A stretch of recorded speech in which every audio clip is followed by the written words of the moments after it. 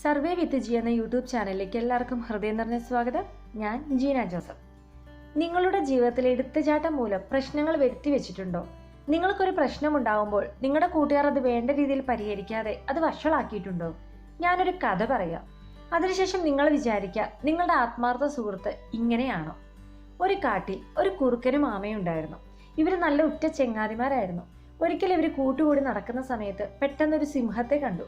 സിംഹത്തെ കണ്ടതും കുറുക്കൻ പേടിച്ചൊരു മരച്ചോട്ടി പോയി ഒളിച്ചു നിന്നു. എന്നാൽ ആമ വിചാരിച്ചു, ഞാൻ എന്ത് ചെയ്യും? എനിക്ക് കുറുക്കനെ പോലെ ഓടി രക്ഷപ്പെടാനും കഴിയില്ല, വേഗത്തിൽ നീങ്ങുവാനും കഴിയില്ല. ഇങ്ങനെ ചിന്തിച്ചു നിന്നതും സിംഹം ആമയെ സമീപിച്ച് അതിനെ പിടിച്ചെടുത്തു.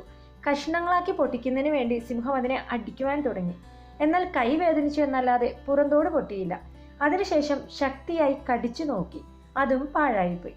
പിന്നീട് ആമയെ മലർത്തിയിട്ട് നോക്കി, പക്ഷെ അത് കൂടുതൽ ചിന്താക്കുഴപ്പത്തിലായി. ഇതെല്ലാം കണ്ടു നിന്ന് കുറുക്കൻ ധൈര്യം സംഭരിച്ച് ഒരു കൈയകലത്തിൽ നിന്നുകൊണ്ട് സിംഹത്തിന് അടുത്തെത്തിയിട്ട് പറഞ്ഞു, ആ കാണുന്ന കുളത്തിൽ ഈ ആമയെ എടുത്തിടണം. കുറച്ചേരം കഴിയുമ്പം ഈ ആമയുടെ തോട് പയ്യെ കുതിരാൻ തുടങ്ങും. അതിനുശേഷം നിങ്ങൾക്ക് ഭക്ഷിക്കാലോ എന്ന്. ഇത് കേട്ടതും സിംഹത്തിന് വളരെ സന്തോഷമായി. ഉടൻ തന്നെ ഈ ആമയെ എടുത്ത കുളത്തിലിട്ടു. കുറച്ചേരം കഴിഞ്ഞപ്പോൾ ഒന്ന് തൊട്ടു നോക്കി. ആമയുടെ ദേഹം നന്നായിട്ടൊന്നും അലിഞ്ഞില്ല, അങ്ങനെ തന്നെ കട്ടിയായിട്ടിരിക്കുന്നു. എന്നാൽ കുറച്ചേരം കൂടെ വെയിറ്റ് ചെയ്യാമെന്ന് വിചാരിച്ചു സിംഹം മാറിയിരുന്നു. കുറച്ചേരം കഴിഞ്ഞ് നോക്കിയപ്പം ആമയെ കാണുന്നില്ല.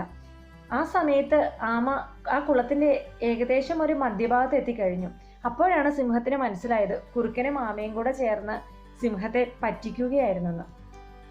നിങ്ങളുടെ ജീവിതം എടുത്തു നോക്ക്. ഒരുപക്ഷെ ഇങ്ങനൊരു ആത്മാർത്ഥ സുഹൃത്ത് നിങ്ങൾക്കും കാണും.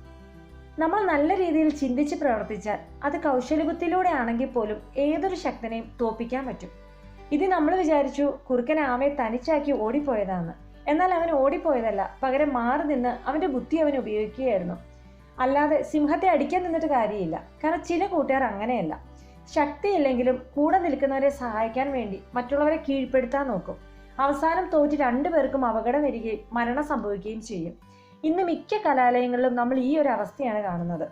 എന്നാൽ ഒരിക്കലും ഇങ്ങനെ ചെയ്യാതെ, ഒന്ന് എടുത്തു ചാടി മണ്ടത്തരം കാണിച്ച് തോറ്റുപോകാതെ സാവധാനം ചിന്തിച്ച് പ്രവർത്തിച്ച് മാത്രം ജയിക്കുക. നിങ്ങൾ ഈ ചാനൽ ഇതുവരെ ആരും സബ്സ്ക്രൈബ് ചെയ്തിട്ടില്ലെങ്കിൽ എൻ്റെ ഈ ചാനൽ സബ്സ്ക്രൈബ് ചെയ്യുക. ഇത് ഇഷ്ടപ്പെട്ടുവെങ്കിൽ ലൈക്ക് ചെയ്യുക, ഷെയർ ചെയ്യുക, കമൻറ്റ് ചെയ്യുക.